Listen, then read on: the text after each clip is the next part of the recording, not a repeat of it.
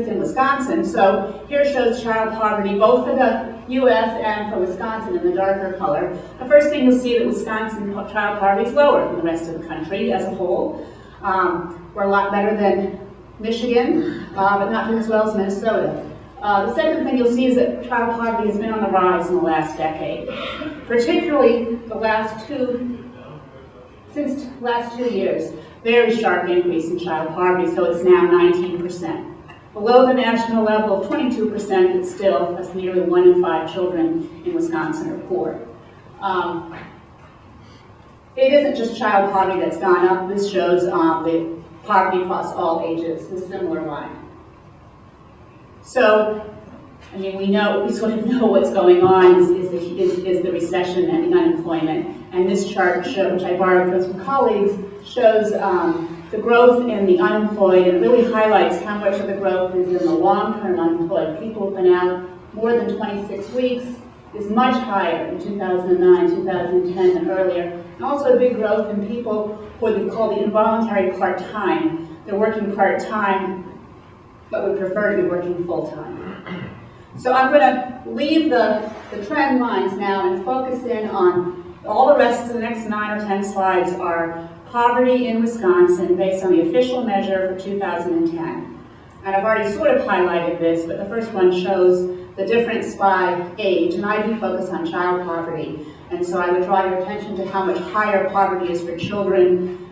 This is a particular concern, partly if you children being poor often offends our sense of sensibility more than other people being poor, although we don't want anyone to be poor. But especially in early childhood, when people are poor, it often has long-lasting consequences the rest of their lives. So I wanted to highlight the high child poverty. The working age poverty is 12%, and then we've done a better job in Wisconsin, even than the national average. We only have a 7% poverty rate among the elderly. I thought this group would be interested in knowing poverty rates by disability status. Among those in Wisconsin who have a disability, 1 in 5 are poor. So as high as the very high child poverty rate, which I highlighted in the earlier slide.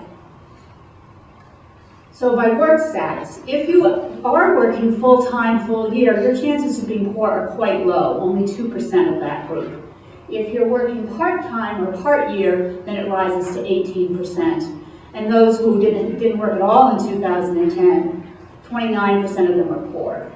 You might say, why weren't they all poor? Well, poverty is always measured on a family basis. So if you weren't working, but your spouse was working at a good enough job, you would not be in poverty. Or if you weren't working and you moved home with your parents and they had enough income, you wouldn't be in poverty. So there's a number, so it's very much on a family basis. So you could be out of work and still not be in poverty. This shows the real strong correlation between education and poverty. So for those of us who are parents of high school and college age young people, we certainly hope that they can manage to somehow get a BA. The poverty rate among those with a BA is quite low, only 4%. I'm afraid for high school dropouts it's 24%, and it really, each additional degree helps reduce poverty for people.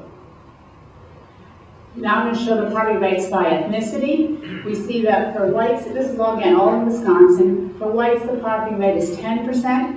For blacks, it's 39%, so 4 times higher. It's high actually for all the racial and ethnic groups. 29% for Native Americans, 21% for Asians.